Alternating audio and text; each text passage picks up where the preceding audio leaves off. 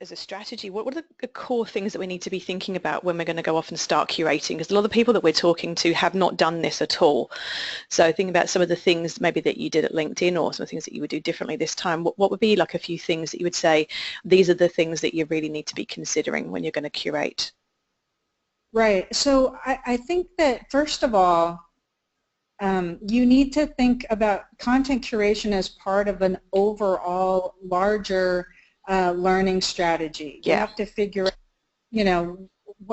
I think that if you just start curating content, it's out of context of a bigger picture, and so you need to think about, what is my overall learning strategy, and how can curation fit into that? So, for example, when I was Chief Learning Officer at LinkedIn, what we thought about is that we were going to focus on a few company priorities that were really important and specific to LinkedIn. And so one of our priorities was around leadership and management.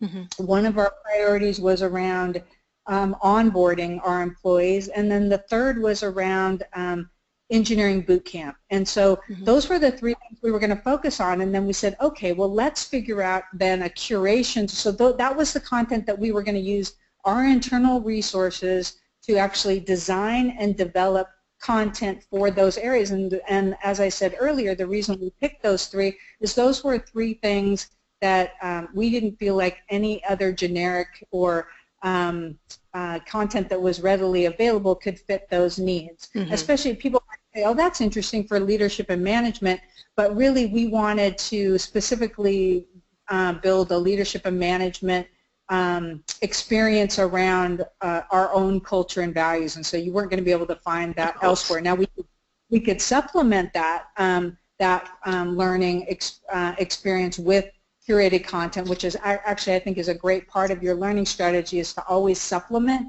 your larger strategic items with curated content. But after figuring out what our most important priorities were, then we said, okay, now we're going to have a curated content strategy around where we have some of the skill gaps. Like we didn't have learning, we weren't going to develop learning for professional development or for marketing, for example, or for sales. So how can we actually then curate content around a lot of these other topic areas that we knew were going to be needed, but we didn't need to create the content on our own. And that's how we put it in as part of our larger strategy.